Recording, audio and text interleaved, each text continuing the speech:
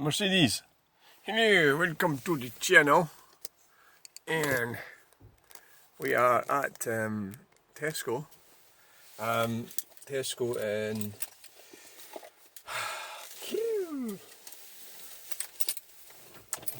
Stirling. Now we're going to take a left-hander here, because if I do a right-hander it's going to be too much of a effort. Oh fuck it, we'll do a right-hander. I can do a manoeuvre. I can do a cool manoeuvre. I can do it. I've got the skills. Bang. See? I'm so brilliant. What's this guy doing? Oh, he's texting. I don't know what he's doing. It looks like he's doing a video. And so here we are. We are heading out of Tesco. A Jaguar. Very nice. XK8. We're going out of Tesco's. We are going on a wee trip to. Is it a Faton? It is. It's a Volkswagen Faton. Wow. I actually did think about getting one of them. It's one of these cars I've been looking at going, oh, you really need to get yourself a Volkswagen Faton. Why? Well, it's a big, huge Passat. So years ago, manufacturers, back in the 70s and 80s, the mainstream manufacturers would make a big car, top of the range car. They would, so Talbot even did it. Ford, Peugeot, Citroen, Vauxhall, they all had the big top of the range car. So the Faton, Volkswagen Faton, you say, well, why would you bother when you can have a big Audi? You know, why bother with a Volkswagen? You know, and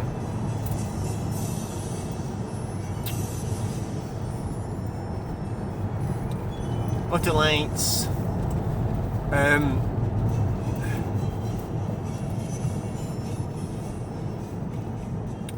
So it's certainly an interesting car in that sense. So it's a big, huge luxury Passat. I don't know why we're going so slow. Why? I don't know.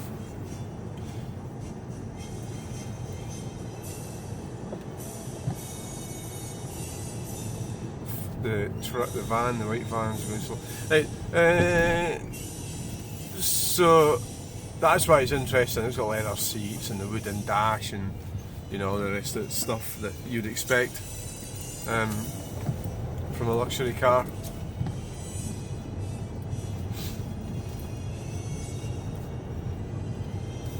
Big engine. Some of them have got probably huge engines. I'm not going to say what engines it is, I can't actually remember. I think, weren't some of them like a W something? W-shaped engine. I think they were. Where's that white car going? You just got to assume it's not going there. Indicate.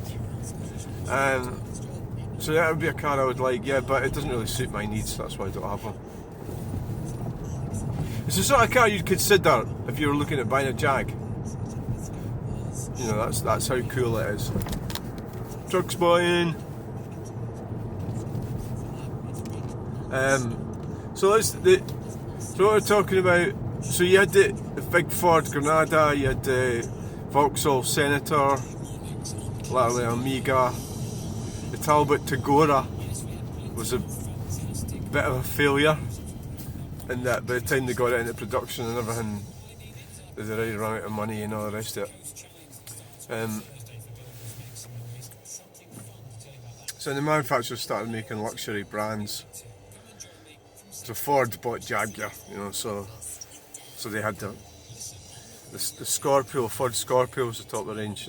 They made this sort of what they thought was different styling, and it really finished it off, because the Ford Granada was a very successful car, big selling car, but the market forces and everything altered, changed things. And this happens in life. So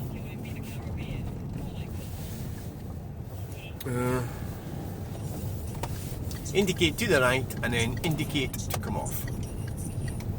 Right.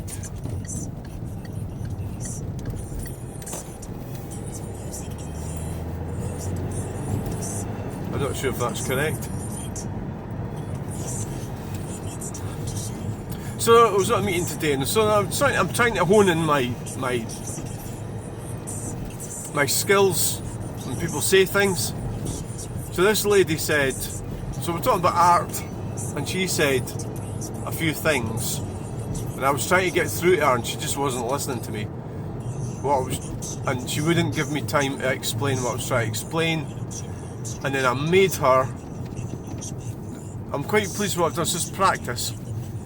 I made her.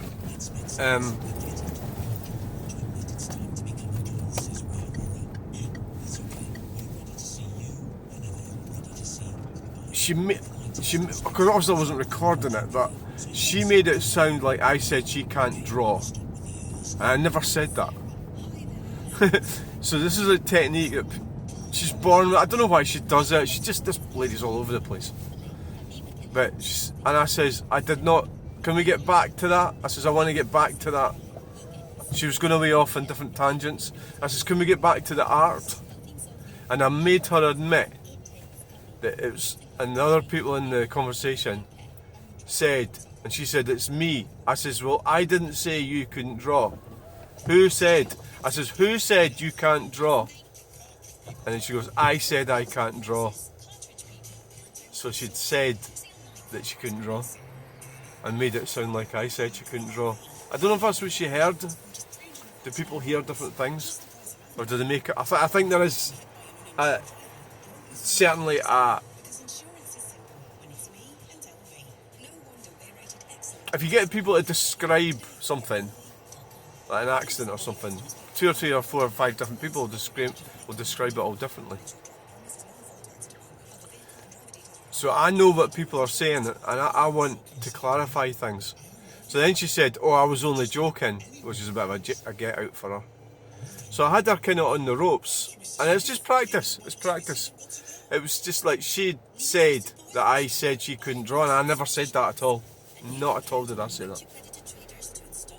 I was trying to explain how art isn't really about drawing, but she wouldn't listen to me talking. She would go off and she would say things like, I'm talking about this art, and she would say things about about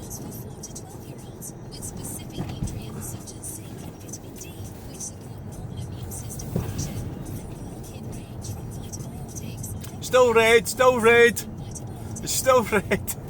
She would say things about mundane things, like, oh, where can I get a password, or where can I get on the internet? And she would constantly, so the group meeting with this lady is constantly about road and right closed. Wow, they've shut that road.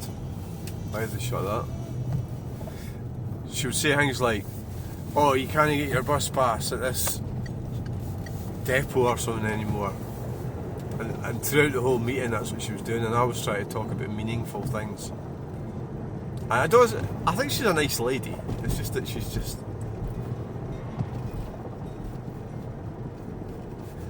She was barking at people, and she does it all the time. She did it again, she was barking, and they said, well, we never said that. So it's like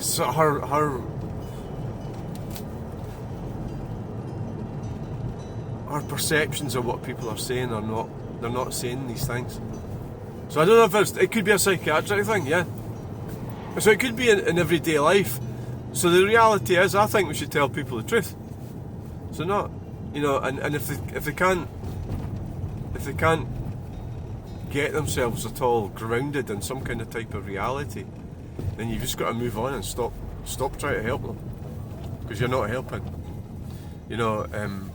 Is a fact of the matter. So I can maybe go past there before this white car comes. It looks like an electric car. I don't know what it is. Probably not. It's probably petrol. Probably new. Not as new looking. So it's just, I'm trying to improve my skills in talking to people. So it's like listening skills.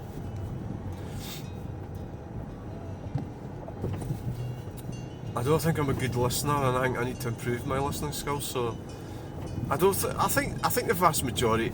And I says to her, so this is what another thing she was doing. I was talking about a broad subject, and she kept going on about herself. And I says to her, look, we're not talking about you. We're talking about this whole. We're talking about everybody.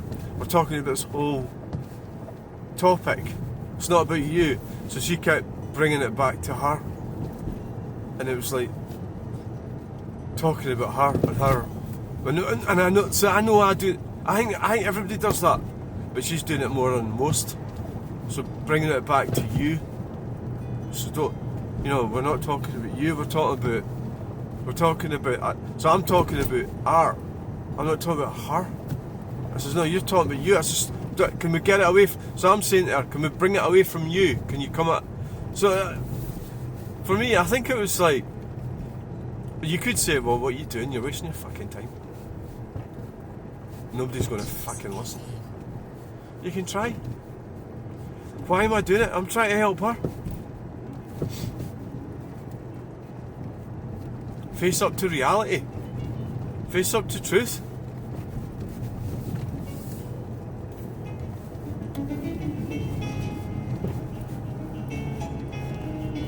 That's all I'm doing it for. I want people to face.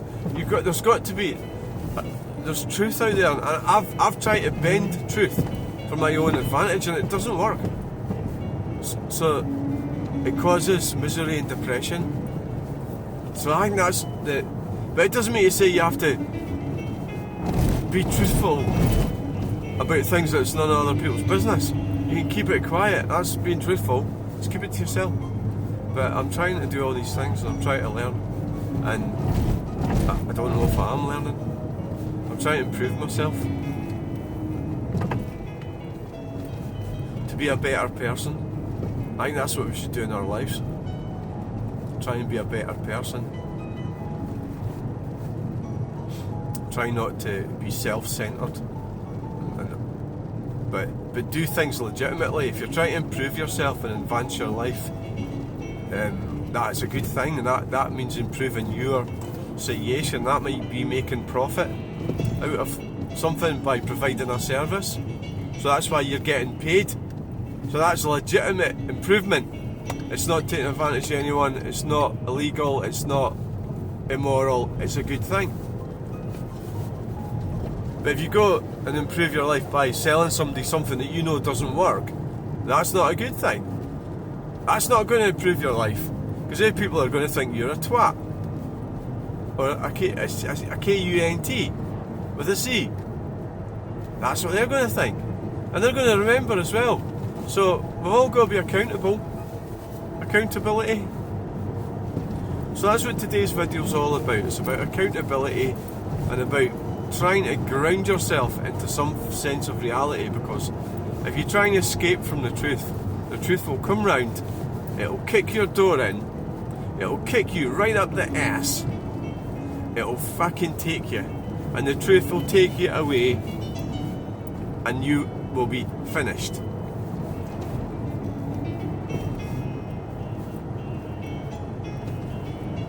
The truth will, if you try and fight the truth, that's what I'm saying. The truth is a good thing, but don't fight the truth. Like, the truth is the truth and needs to be treated respectfully. Don't cheat it, because it knows and it will come and get you. So thanks for watching that video. There's a truck coming. It's H&R Grey. Oh yes, perfect timing. Perfect timing. Perfectimondo. And another one.